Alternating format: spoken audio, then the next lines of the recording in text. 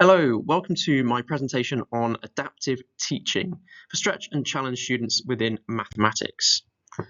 To start off with, I'd like to identify what I mean when I say adaptive teaching and how it differs from differentiated teaching. Historically, teachers have been described as using a differentiated approach.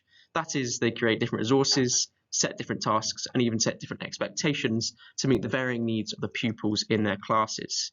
This creates many issues. Two of the main issues are that it means teachers spend a huge amount of time preparing resources for their lessons, and also students become limited in each lesson before it even begins.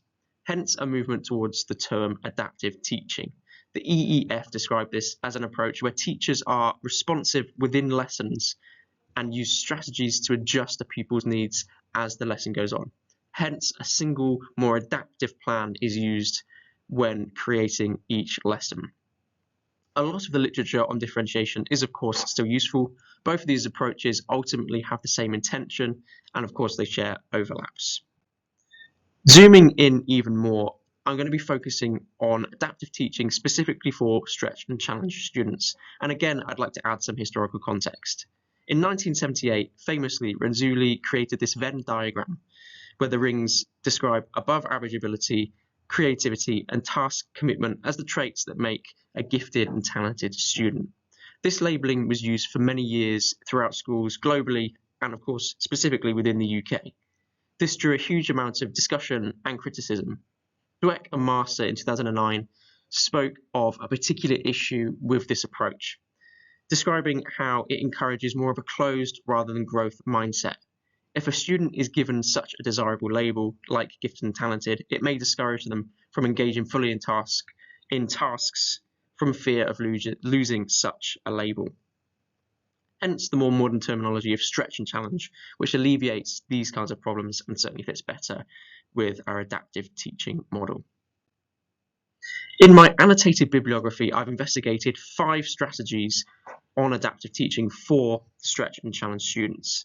These are pre-testing, using boundary examples, using incorrect examples, interleaving one's teaching, and making use of same surface, different deep problems.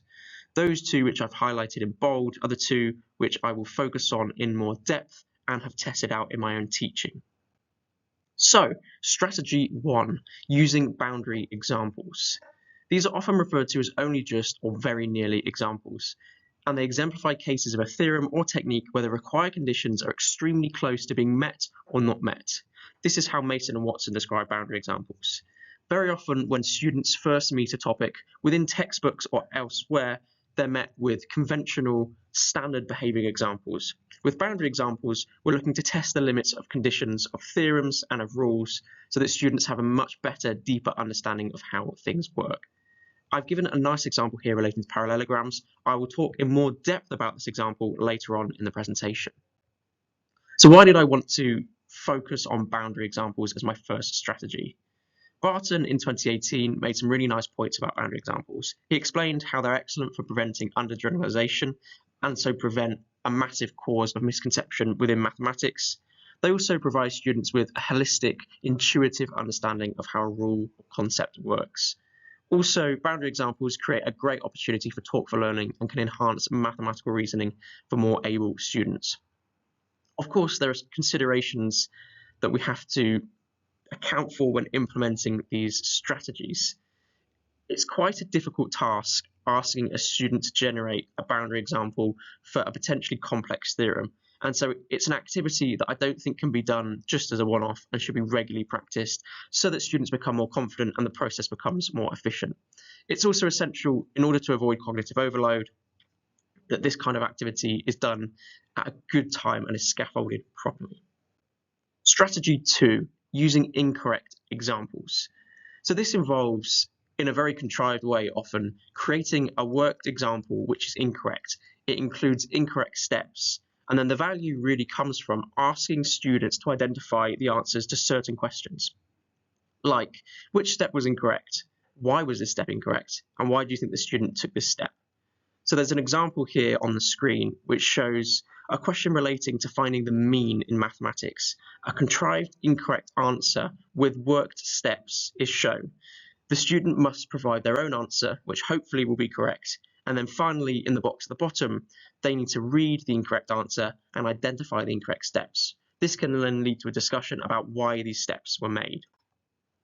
I was really interested in investigating this strategy further because it's fantastic in order to ignite the opportunity for metacognition and to cause that powerful cognitive conflict, which really does shape effective problem solvers within mathematics.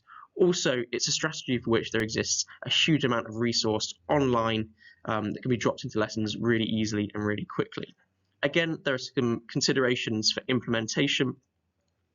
This is a strategy that really does need to be used at a point where students' prior knowledge is both strong and accessible.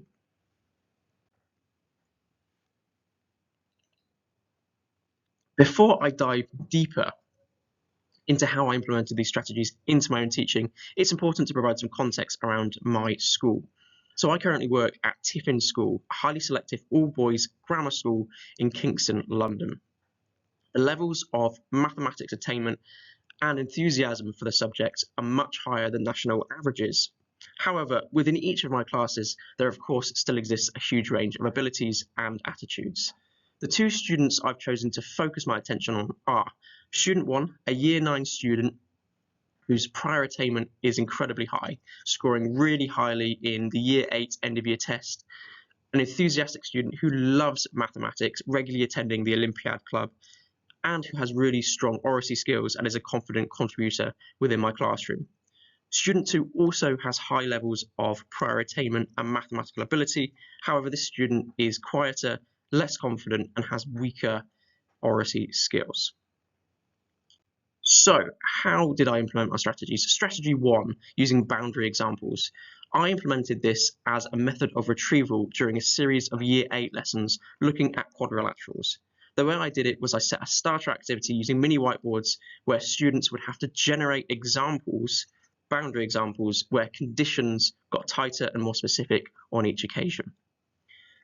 You can see on the screen here the example involving parallelograms, which really nicely brings to light the specific necessary and sufficient conditions of defining a parallelogram when we talk about quadrilaterals.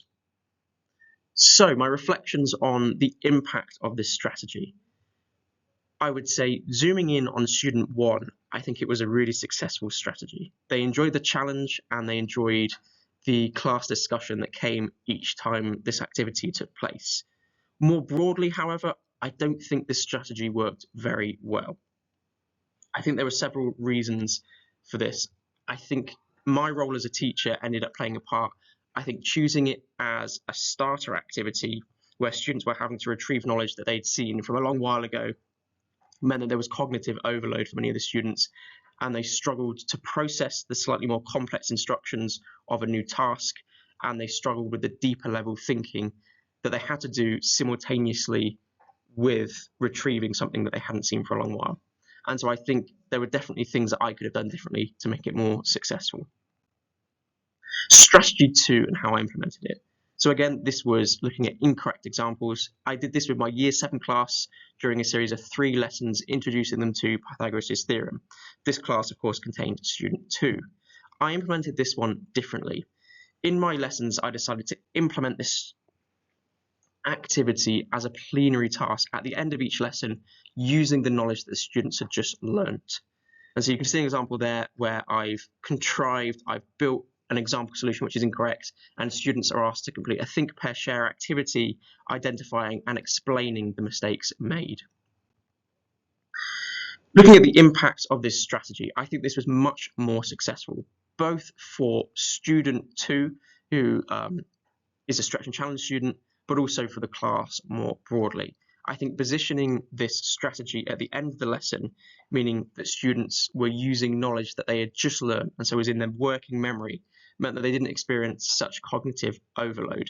I also think the think, pair, share setup required far less complex and drawn out instruction giving, and it meant that the activity worked much more smoothly and much more efficiently. And speaking to student 2, it was an activity that boosted their confidence. They ended up contributing to the class discussion, something that they often wouldn't do. So overall, my final comments are that stretch and challenge activities need to be timed carefully. Students' prior knowledge needs to be strong and accessible. Hence, they're more beneficial, I believe, as plenary activities. I do believe overall that if pitched correctly with clear instructions, stretch and challenge problems can be highly engaging for able students and in greater depth their knowledge. And stretch and challenge activities blend in beautifully with opportunities to improve mathematical reasoning and oracy. Thank you very much for listening to my presentation. That is all from me.